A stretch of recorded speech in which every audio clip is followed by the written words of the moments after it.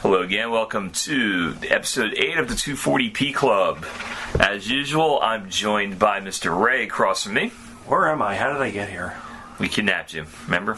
White van, chloroform. Oh. I kicked you in the face, remember? Oh yeah, it's all coming back to me now, I think. Does it still hurt? A little. Just put some ice on it, you'll be alright. Take a salt tablet. As usual, to the left of me, I have Miss Nikki here. Hello! She knows how she got here. Yep. And right next to me is Mr. Joe. Hi, it's Alec Joe here. And I'm pretty sure he knows where he is. Yeah, I do. So, Ray, now that you're recovered, what game have you been playing recently?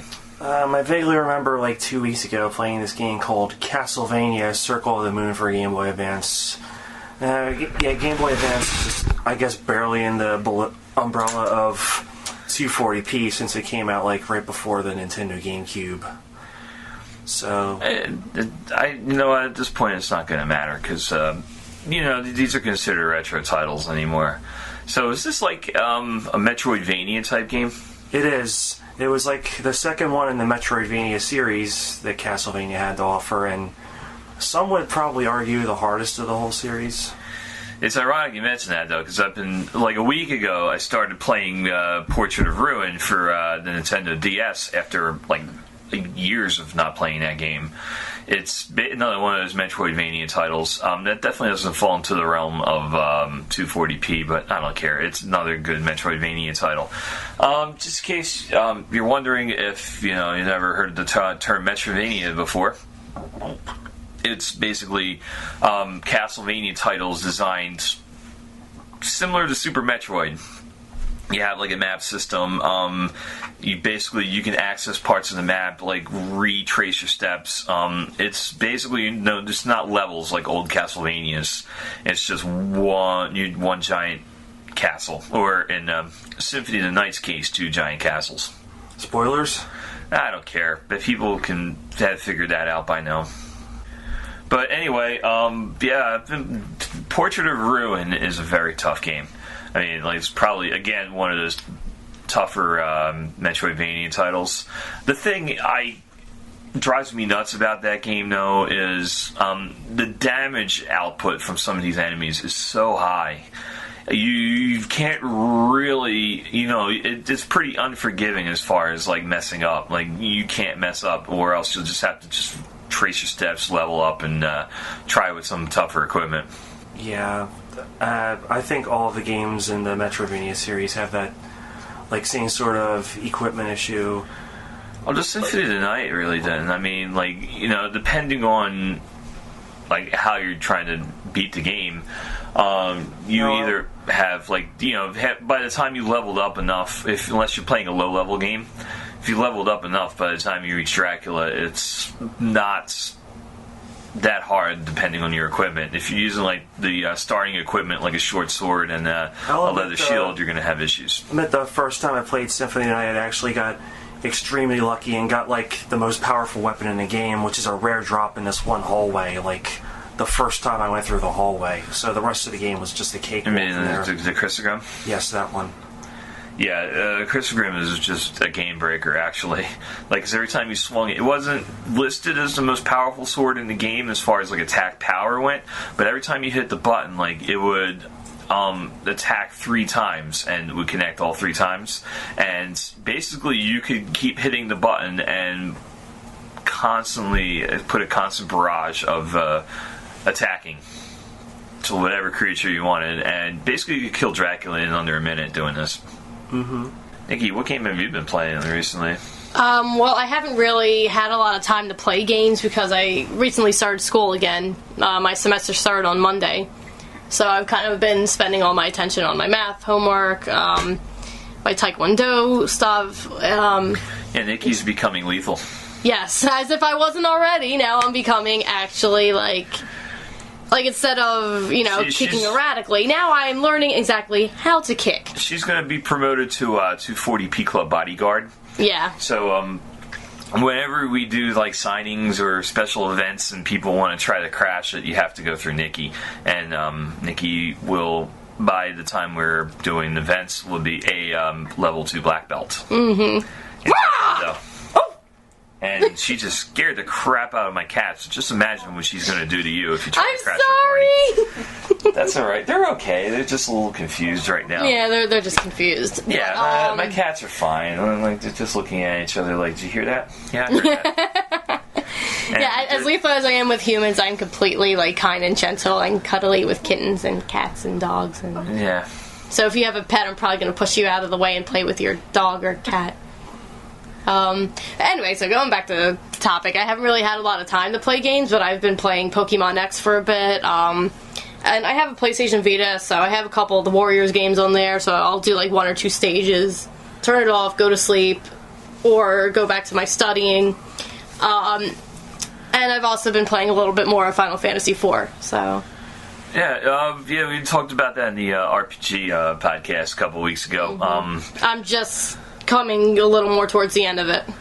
Yeah, it's definitely an involved game. Yeah, I've been actually, thanks to our RPG podcast, I've been playing Chrono Trigger again. Chrono Trigger DS actually this time around. The DS version was retranslated, so a lot of it made more sense this time around. And Nintendo censorship was a thing of the past at this point, so it's referencing battles, gods, and stuff like that. So probably the most accurate to the Japanese translation. And plus, they put in some extra modes. Of course, to put an extra dungeon in, extra endings, etc., etc. Nintendo, anytime they remaster something like that, they'll always put in some extras, Squaresoft or Square Enix at this point. Another game I discovered the other day. I was looking through. I have a collection of old video game magazines, and I was looking through some of them. And one from 1993 had an import corner, and one of the games called Feta: The Emblem of Justice. So I'm looking at it, and it's basically Shining Force for the Super Nintendo, or Super Famicom in this case. So I'm like, okay, I'm just going to do a search online, see if it ever wound up here. Apparently, it did not. However, there is a fan-translated version over the internet, so I tried playing some of that. It is definitely very Shining Force-ish. It's actually designed by some of the same people. The only difference is where Shining Force, it automatically goes on to the next unit whose turn it is as determined by the computer and their agility stats. In this one, if you have a turn, you can pick one of your characters to move and then move them a certain distance and then attack. But it's the same concept as Shining Force. And also you have some objectives. You have to hold off an enemy troop coming at you. It also featured, I was looking through a walkthrough just in case, see what surprises I have coming at me. And they have a reputation system where if you finish missions, then you get the good reputation. But if you want to just saying the hell of missions and kill off all your enemies, then you get a chaos reputation, and you get some exclusive characters from both sides that want to join you or will desert your party if you're leaning towards one side or the other. That's actually a pretty neat feature. It's kind of helps with characterization and also helps or demoralizes your unit. Yeah, I found out this is also remastered for the Saturn, but it only came out in Japan, and there's no translation for it in America, so stuck with the Super Nintendo version. Or you just be like me and try to learn Japanese. Yeah, no. No. Yeah. It's a little time consuming. Yeah, the other game, what was I playing? We did a Twitch of Castlevania 3. We're going to be doing some much more. Yeah, Twitch is a wonderful platform where you can just stream us playing games. I've noticed, though, it's a lot of the newer games, the most popular titles coming out are the newer games. However, people still do retro days, retro gaming and stuff. And since we are exclusively dedicated to retro gaming, we're always open to hearing watching people play through some of these classics and offering them advice if we know how, or just playing them ourselves.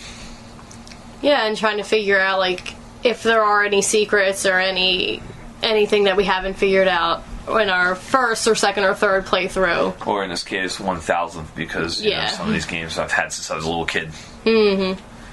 Just still figuring out new things, you know. Oh, absolutely. I mean, it took me my third or fourth or fifth gameplay of Chrono Trigger to figure out, like, oh, well, maybe I need to go here to level up something, or... Didn't you just find out something, like, not too long ago about that game, too? About Frog's character? That was probably into my third gameplay of Chrono Trigger, where, like, I learned I can actually go into, was it Koros? Yeah, the town's called Koros. Yeah, go into the castle, and once I do the whole mission of fixing it up in one era and having it not fixed up, or clearing out the monsters. Yeah, clearing out the monsters in one era, having the castle, the blacksmith come in and fix it in one era, then having it fixed up in the next one in another era, just finish the stage, and then actually have Cyrus level my weapon up a little bit. So it took me my second or third playthrough to figure that out. Yeah, it was a side mission, so it wasn't... Yeah, not to spoil too much about Chrono Trigger, but towards the end of the game, it opens up about, like, 8 side missions before you confront the final boss, and you can do them, again, in any order you want, although there's a certain order they recommend in order to, you know, have some more powerful equipment for some of the more powerful bosses. Yeah, one of them was basically a closure, in a way, to Frog's storyline, you know, as a character. And, you know, a lot of these involve, like, closures for different characters. Marley's I really liked, also. Oh, yeah, no, that was, like, basically they brewed that one all game, and then it finally came to a head towards the end, which is really cool. Lucas was actually pretty important to the entire storyline, so it definitely paid to do that one. Yeah, especially because the first time I didn't get it, I was like... Me either. I was so upset. Yeah, in case you don't know what we're talking about, we're not going to spoil it for you. You have to just play the game or cheat and look through a walkthrough. I'm sorry. But yeah, we tried to limit spoilers, especially for RPGs, because, you know, some of these games were so awesome discovering the first time around. It's like, yeah, we don't want to rob anyone of that joy. But yeah, for Super Nintendo, like, I've been playing through some classics. I did a Shadowrun playthrough again, like, not too long ago. Shadowrun, of course, is a I guess you could, not steampunk. No, it was a futuristic. It was a futuristic tabletop RPG. It's still around. But they made a Super Nintendo game and a Genesis game that were completely different from each other. But the Super Nintendo game's a classic. It's like, I guess it's an RPG. It's more like an action RPG. It had like a targeting system. Like you had, you know, and spells. Like it was guns and spells basically. So it put in like wizards and stuff, but in a modern setting, which, you know, it's revolutionary when it came out in the early 80s, but, you know, obviously it's since been sold, I think, to Wizards of the Coast, so, you know, they're giving it the D&D treatment, but it's still, the license is still a hot commodity, and the Super Nintendo game is definitely worth a playthrough. The story about this Super Nintendo RPG you're playing is actually refreshing my memory a little more as to another game I've been playing recently called Secret of Mana. Yes. I think just about everyone who's owned an SNES has heard of that. It's like... It wound up not making our RPG list, but by a near miss. Like, you know, for 10, like, a series of 10 games that wound up being, like, number 11. I believe it's having its anniversary soon, and the Twitter for Secret of Mana actually just reopened. Oh. So we might be getting a new game in that series soon? It's a possibility. Or a retranslation of some of the sequels, maybe? Keeping our fingers crossed. There is some other Super NES game I've been playing recently, but my memory hasn't completely come back yet. Maybe we'll get into that next week. Did we hit him in the head too hard? Could be. But what was this about Secret of Mana that you'd like to discuss with us? Well, it's sort of like a cross between Legend of Zelda and Final Fantasy. I mean, it's like open world. You have complete freedom of movement, and you actually like attack by hitting the button, and you can. as you like get better with weapons, you can like charge up your attacks to like do a stronger hit or something. But wasn't it like your sword recharges after you swing it? Like, you know, you're at 100% if you're just standing there walking, but like once you swing your weapon, it goes down to 0 and then slowly builds up again. If you swing your weapon or have been sprinting for a while, you have to wait like 2 seconds before you can swing at full power again. Which is kind of interesting. I guess that must have been the precursor to the endurance meter that would show up again in Dark Souls. It actually wound up in a couple TurboGrafx 16 games before it even wound up on Secret of Mana. It is a cool concept. I believe Legendary Axe was one of the games that first featured that. Legend of Zelda Skyward Sword also has something. Yeah, stamina bars are pretty standard now, at least in Western RPGs like Skyrim, Dark Souls, Fallout. Dragon Age. Yeah. Even Ultima Online, like, incorporated that, like, you know, back in the day. So did EverQuest. Yeah, it was a neat concept. So it prevented people from just spamming attacks, which is, you know, really nice. Yeah, it definitely helps make the game a little bit more difficult. Similar engine, Secret of Evermore, kind of did the same thing. Like we mentioned, Secret of Evermore as well. That game was made by Square's American division, actually. It's like instead of the sequel to Secret of Mana, Seiken Densetsu 3, we got Secret of Evermore, which was made by the American branch, and kind of underwhelmed audiences at the time, but it's got a big cult following nowadays. Yeah, it also came out around the same time as Chrono Trigger, and Square's advertising money, of course, went to Chrono Trigger. Rightfully so. It ended up becoming, like, in my opinion, one of the best, we discussed it. No spoiler there. It's the best RPG of all time, as voted by our panel here. What did you do around Labor Day? You know what? I actually had free time, so I went back to playing the Metal Gear series for a little bit. Did you ever play the first one for NES? I have not had a chance to. Have you played the first one for the MSX? No. Well, yeah, they didn't release that in the US until around 2005 with the special edition of Metal Gear Solid 3, so... I just have the collector's edition that has, like, every game on it except for Revengeance. Well, you'll find the MSX version on there. I've been going through Metal Gear Solid 3 Snake Eater, and I think I'm really enjoying the character Ocelot. He's a character. Yeah. The first Metal Gear for NES was pretty badly translated. A lot of stuff misspelled, a lot of English. It is infamous for it, really, but it was a fun game. It was a unique concept at the time. When you're 8 years old, this game made you want to throw down the controller because it was so freaking difficult at first. Because you can't just like march in and start killing everything. It basically made you try to sneak into this complex. It was, again, primitive for its time, but obviously they had value in the license in 1997 when they made Metal Gear Solid for the PlayStation. Because, you know, they had the technology now to make it kind of like how they wanted the original Metal Gear to be. In case you didn't know, there's also a sequel to Metal Gear for the original NES called Snake's Revenge, which another Ultra game, and it involved like a couple commandos sneaking into this base. Pretty cool concept. I mean, you know, the whole like the espionage thing was really cool, especially in the 80s when spy movies were really big. So this was a lot of fun playing. Yeah, a lot of influences from a lot of the 80s flicks were brought into the series. Like Snake's name would come up, for instance, when in Metal Gear Solid 2. When he was actually not the main protagonist was Raiden, and that was met with a lot of controversy. But Snake was actually under disguise as the name of Iroquois Plissken, which Snake Plissken for Escape from New York. Yes, obviously. So it was quite interesting to see how many references from these movies would come into the series itself, which Kojima had admitted in many interviews that he was a fan of all these American movies. Obviously, that's Contra. That was also spawned from all these action movies. Like people watched Predator and thought, hey, you know, we can make that into a cool game.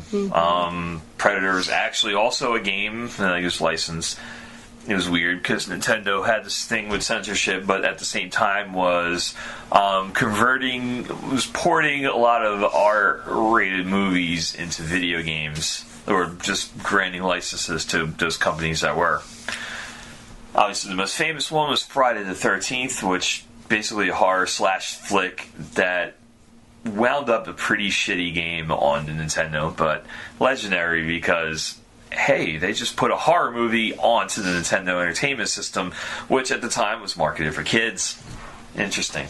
Yeah, I don't recall many rated M games actually coming onto the Super Nintendo. There were none. Yeah, that's the thing. Yeah. Nintendo had a very, very strict censorship policy until the universal rating system came into effect. I believe '96 it was. The ESRB. ESRB just today. And then '95, '96, which actually was spawned because they had congressional hearings over violence in video games when Mortal Kombat made it to the home systems. Because some companies, Sega had the blood code where you had to enter it in, but it was full blood and full gore and everything. And Sega decided, to appease Congress, they were going to put in their own rating system, which involved 3 ratings. It's basically GA, general audiences, MA13, and then MA17. Mature audiences 13 and up, mature audiences 17 and up, which I don't know many games that got an MA17. There were, I think, maybe 1 or 2. But they had to have been extremely extreme then, which is probably not all that bad from today's standards, because now they have look at Mortal Kombat scene more as funny because see the fatality rip someone's head and the blood splatting from the spine was very controversial in 1993, but in these days, if you look at it now, it's kind of especially now considering the fatalities that they have in Mortal Kombat 9 and 10. They have the specific one where I believe it's I can't remember what character it was. I believe it may have been Reptile in Mortal Kombat 10, where I forget if it's Reptile or not, but he'll rip out your entrails and it's. Yeah, it kind of spurred the ESRB basically. It was very similar to if you want to go way back, the PMRC hearings from 1980s about violent music, and basically that resulted in these parental advisory stickers winding up on certain albums. And as we all know, controversy kind of sells, so some of these albums wound up getting that sticker and selling more copies than especially if they didn't bands have it. like Cannibal Corpse and... Oh god, NWA I think sold most of their albums because they had that big sticker prominently displayed. And this was kind of revolutionary for 1989. But at the same time, it's,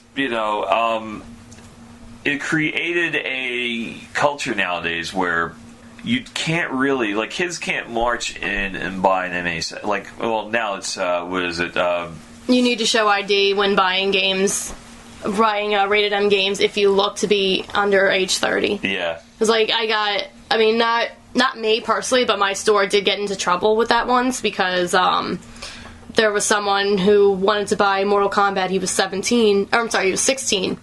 And he said, I'm turning 17 in a week or so. Actually, I don't remember if it was my store specifically, but it was a store within my district. They used it as a training thing anyway. Yeah, and they had actually sold this person Mortal Kombat, and they got into a lot of trouble because they did not show ID or anything. Yeah, that will definitely... And I had a lot of 13, maybe even younger than that. I had a kid who was maybe about 10 years old who had asked me, my mom says it's okay for me to play Grand Theft Auto. Can I buy Grand Theft Auto? And I'm looking at him like, are you kidding me? I'm gonna get fired for this. First off, you shouldn't even be playing this. Especially considering that the latest Grand Theft Auto, I think it was 5. 5. Yeah, is probably the most ridiculous, extreme, rated M game, possible. Well, they were, That's not in Japan, because we're not going to go into any of those Eroji games. Yeah, that was, it's some of the same stuff that was happening in 1993 with the Mortal Kombat, controversy.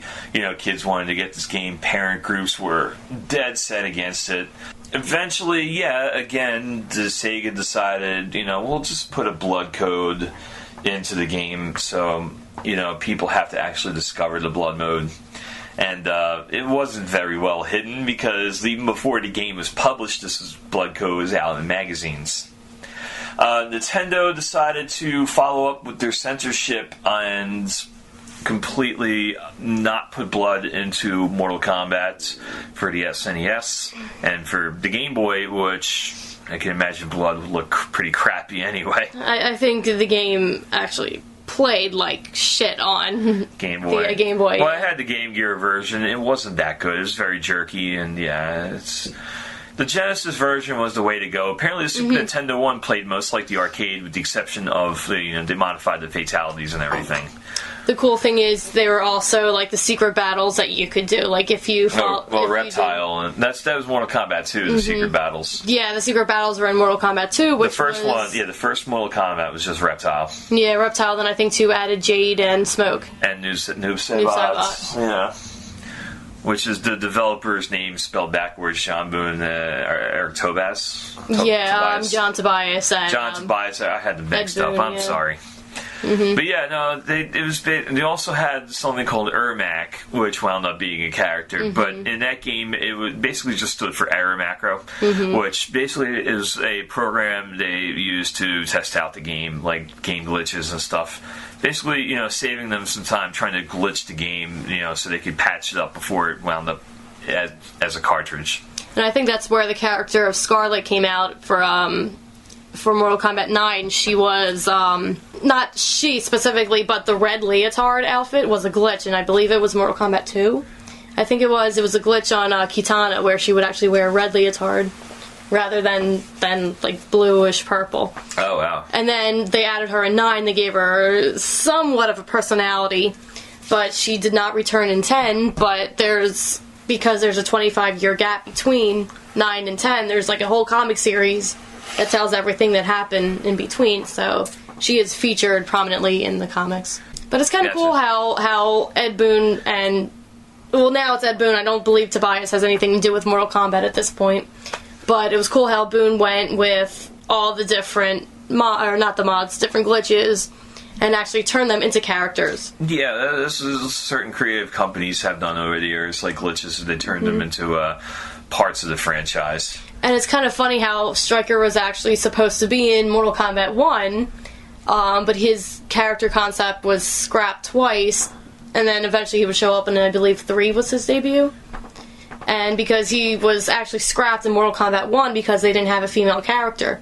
So his idea was scrapped and they put Sonya in instead, which I believe was kind of a callback or an answer back to Kami's edition in Street Fighter 2, in Super Street Fighter 2. And then also he was supposed to have been added in 2. Again, they scrapped his idea for the character Jax, because I believe at that point they didn't have any African American characters. I believe Jax was mentioned in the instruction book, if I'm not mistaken, in Mortal Kombat 1. Because they already had him as he's supposed to be like an NPC, like his background story for Sonya Blade. Yeah. So they decided to make him into a character. And then eventually they would have had Stryker in 3, but, he was a controversial character. There were like characters who could throw ice, who could throw fire spears. Johnny Cage, someone like him, could even throw fireballs. Yeah, he was just this guy with a gun. Yeah. Who wouldn't get good until Mortal Kombat 9. But that was one of the cool things that I actually enjoyed about Mortal Kombat 9, was that some characters who were actually kind of crappy in the first, iteration of the series actually got pretty decent in 9. I think Stryker was actually, I don't know if he was top tier, but... Because I know top tier, when that game first came out, it came out around March, I believe. It's Mortal Kombat 9, right? Yes, Mortal Kombat 9. It came out around March, April, like that year or that time. Yeah. And Evo was a couple months later, so at that point people had enough time to practice, and the top Mortal Kombat player in the world was like, the best character in the game is Kung Lao. And then right after that was Sub-Zero, so it was kind of like...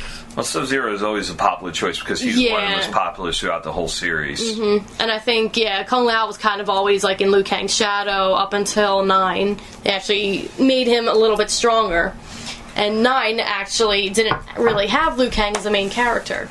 Well, you gotta think about it as, like modern gaming. Like most of people that designed most of these games played most of these games in the arcade as kids. You know, they've played through like the Mortal Kombat 2s and 3s, and they know about like character balancing, which is a big thing nowadays. Yes. Back in the day, it's like you designed some characters who looked really cool, she looked really cool, you know. But at the same time, it was, you know, it was more getting the game out and making these people look really awesome, and more or less than instead of balancing. Like Street Fighter 2, obviously everyone was Ryu and Ken. The expert players, after a while, chose Guile because like they just liked his moveset, they liked his counters too. Moveset counters, and yeah, basically you could kneel in a corner with him and have a counter just about anything like most of these players threw. I know I dominated. It wasn't even like an official tournament. It was just a bunch of drunk people, like, you know, chilling out and getting together. So I grabbed the controller and I was Chun-Li and wound up having the control. Basically, you lost the controller once you lost the game. Like, you know, you lost to an opponent and the winner stays on. I wound up having the controller for the record 12 consecutive battles. And then, you know, had to finally give it up. So, you know, while Street Fighter 2 was pretty balanced. Obviously, no one was going to make a winning run with Zangief or Dalsim, just because like Dalsim was entirely too slow, and Zangief didn't really have too many moves that, you know, could be easily triggered. Obviously, the kids that designed some of the more modern games realized this and balance wound up becoming a big issue as far as like game design and beta testing and everything. If like something didn't work right, they could patch it around this point and either nerf an attack, which meant you weakened it, you know, or you could make something more powerful until basically you could play with these formulas until you had the right balance. And then, like, you know, nowadays, since we can patch things as well, you have something that comes out of balance, like the gaming community plays and winds up finding something that not necessarily a glitch, but makes like a game breaker. Yeah, game breaker. You know, a company can issue a patch and basically nerf that. I remember when Street Fighter V came out, like, I was really excited because, and this is before I learned that it was a PS4 exclusive, because I actually have an Xbox One. I thought, oh, cool, it's going to be on all the systems, right? Yeah. No, not entirely. But when I was playing the Alpha series, I really enjoyed playing as Charlie, which you can either call him Charlie, you can call him Nash, you can call him Charlie Nash, whatever the hell you want to call him. You want to call him the dork with the glasses and the blonde hair, whatever. But anyhow, so they added him back in 5, and I was like completely thrilled because, you know, he's one of my favorite characters. Actually, he is my favorite character. But when he was first released, first off, he's OP as hell. If anyone was following Evo, his character actually won Evo, and maybe 10 players within that pool was playing as him. But they changed up his moveset, and he actually, for me, became rather difficult to play as. So, probably they might have made some of his moves a little harder to pull off. They did. But at the same time, if you have the skill set in order to control something like that, then you know he's probably very hard to beat. That's an alternative to having a game breaker where you have an easy move set, you know, and ridiculous counters. Yeah, because I know when he was first released, he was completely OP, and he is still somewhat OP because he was one of the main characters of the actual story mode, which was the first time Street Fighter had a story mode, and really wasn't all that great. Something else I wanted to discuss, too, about the people, like, we discussed this last podcast, people obsessed with building joysticks and stuff for these tournaments. Oh my god, I have seen people actually get mad losing in EVO, smash $100 or $200 stick to the floor. Custom made. Most of these people custom make their joysticks. Like, you could order the parts and like the cabinet and stuff. You know, you could put it together on the circuit board and something. You could paint the circuit. You know, not the circuit board. Paint the top to it. Yeah, which I'm going to refer to as a cabinet because, like, the arcade cabinet, you know, that was the top, like where the joystick went, etc. Yeah, it's basically you can paint the cabinet part of it and, you know, customize it the way your buttons are set up, everything. And I mean, I've seen some beautiful sticks. So, and that's what she said. I'm gonna destroy him by the end of this. Yeah, probably. Yeah, like I'm gonna be. You know, and I still sound like. That sounds horrible. That sounds terrible. It was alright for our RPG podcast. Terrible for you. Never mind. Yeah. Anyway. Number 4. No, I'm just kidding. Number 4. But anyway, so speaking about these arcade sticks, like, I've seen some really well-designed ones. And then I've seen some ones that kind of... You know what? I want a retro-looking one. You remember the NES Advantage? The NES Advantage was one of the most iconic controllers of all time. It was basically Nintendo, when they released the NES, put out a joystick, which basically had the 2 buttons and stuff. It was because the D-pad, which we all know and love, was pretty brand new at that point. Most games were using arcade-style joysticks and stuff. To this day, they basically have a variation of that in most controllers. Nintendo didn't, obviously, but they figured, hey, people are going to want the arcade experience. We could market this.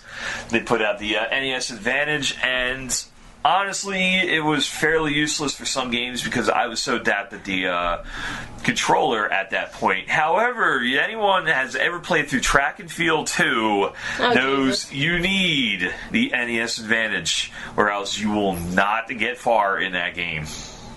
But yeah, I want a controller that looks just like that. NES Advantage, only except it has 6 buttons, and, the start select button somewhere. But, that would be my ideal controller. It would just look like a retro NES Advantage.